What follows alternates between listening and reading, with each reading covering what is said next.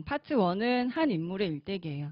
그래서 이제 주인공의 이름이 지문 제일 위에 들어가 있어요. 그게 주제고. 파트 1은 지문의 흐름이라는 걸 넣어드렸는데 파트 1하고 파트 2는 지문의 흐름이 되게 중요한 파트예요. 막연하게 들어가서 문제를 푸는 거랑 흐름에 맞춰서 문제를 푸는 거는 정답률에 있어서 엄청난 차이가 나요. 먼저 파트 1 들어갈 때 지문이 각 단락마다 이런 내용을 특징으로 하고 있구나라는 걸 먼저 아셔야 돼. 와 이렇구나가 아니라 머릿속에 딱 집어넣으셔야 되는 거야. 암기를 하시란 소리예요.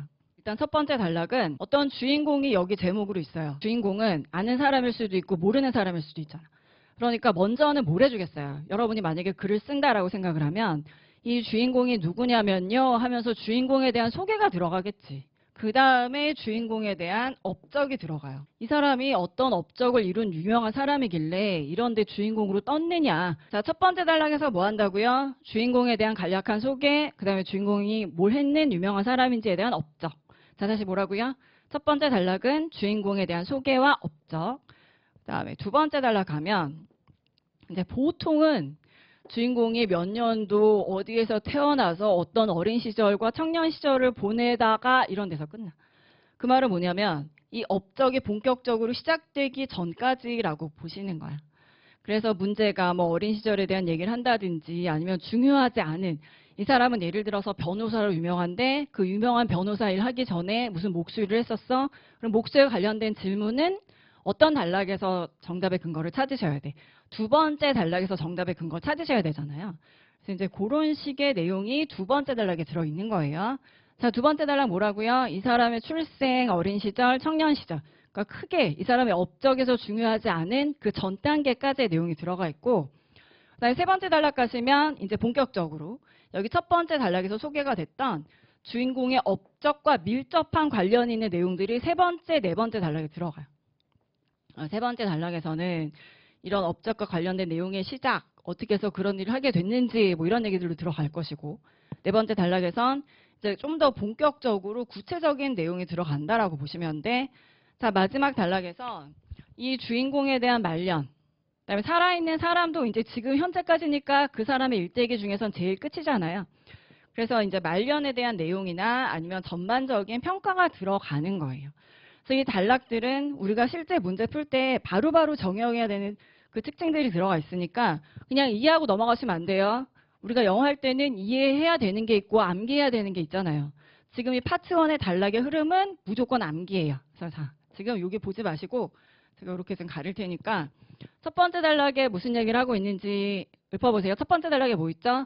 주인공에 대한 소개, 그 다음에 업적이 들어가 있고 두 번째 단락은 이제 태어났어. 그래서 어린 시절을 지나서 중요하지 않은 청년 시절까지 그 다음에 세 번째 단락, 네 번째 단락은 업적과 관련된 본격적인 얘기가 들어가고 마지막 단락에선 이 인물에 대한 평가, 이제 그게 중요한 건데 만약에 마지막 단락에 이제 평가가 없잖아요. 평가가 없을 수도 있어요. 그런 경우도 꽤 있어. 인물에 대한 평가가 없는데 만약에 문제에서 인물에 대한 평가를 물어본다. 그럼 그때는 보통 첫 번째 단락에 있는 이 주인공의 업적이랑 같은 맥락으로 보시면 돼. 자, 그럼 이 지문의 흐름들을 도대체 왜 알아야 하는가? 문제 유형이랑 우리가 연결해서 좀 볼게요.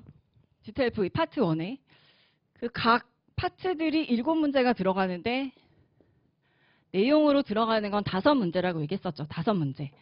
그래서 이 5문제 중에 여러분이 절대 틀리지 말아야 되는 문제가 일단 53번, 54번, 그다음 57번이에요. 근데 이 55번이랑 56번처럼 중간에 있는 문제는 이 주인공마다 뭔가 본격적인 얘기들이 되게 많이 다르거든요. 그래서 그 부분에서 좀 응용이 돼서 나갈 수 있어서 만약에 틀린다 그러면 이 55번이나 56번에서 좀 많이 틀리세요. 이 문제 유형을 할 때 또 하나 중요하게 명심해야 되는 게 뭐냐면 질문이 독해에선 제일 중요하거든요. 근데 뭐가 중요하냐? 정확한 해석 당연히 중요해요.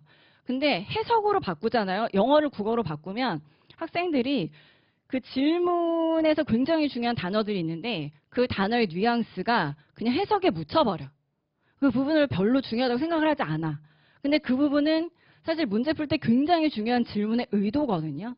그래서 의도적으로라도 질문의 의도를 생각하기 위해서는 여러분들이 의도적으로라도 해석하고 그 다음에 한 단계를 더 거치세요. 이 질문의 의도가 뭐지? 이런 거. 그러니까 지금 53번 주인공의 업적에 대한 질문은 예를 들어서 제일 흔하게 들어가는 게 이 주인공은 뭐로 가장 유명합니까? 이거야. 그 학생들이 그 질문 해석하지 못하는 분들은 거의 없거든요. 그래서 뭐로 가장 유명하지라고 첫 번째 단락을 가요. 예를 들어. 그럼 이때 어떤 헷갈리는 선택지가 들어가 있냐면 주인공에 대한 간략한 소개 있죠. 주인공에 대한 간략한 소개에 우리나라 사람들은 그 사람의 직업이 그 사람의 업적과 동일시되는 경향이 있어. 그래서 되게 많이 틀리는데 이 파트 1에서는 이 사람에 대한 소개랑 이 사람에 대한 업적을 딱 분리를 해놔요. 그러니까 여러분이 이 사람은 뭐로 가장 유명합니까? 라는 거는 사실 주인공의 업적에 대한 질문인데 그 질문의 의도라는 거를 제대로 파악을 하지 않으면 이 단락에 있는 소개가 선택지에 들어가 있을 때 걔를 정답으로 잘못 고를 확률이 굉장히 높아요. 그래서 항상 그런 실수를 하지 않기 위해서는 문제 해석하고 그 다음에 이 문제의 의도가 뭐지? 이 생각을 하시면 안 돼. 53번은 주인공의 소개에 대한 문제가 나가는 경우는 없어요. 한 번도 없었어요, 이때까지. 그냥 뭐 이 주인공에 대해서 사실이 아닌 것은 아니면 사실인 것은 차라리 이런 문제는 있지. 뭘로 가장 유명합니까? 라는 건 절대로 주인공에 대한 소개가 아니고 이 주인공에 대한 업적이니까 53번이 주인공의 업적에 대해서 묻는 질문이구나 라는 질문의 의도를 파악하셨으면 그 다음에 답을 고르러 가는 과정은 굉장히 쉬운 거예요.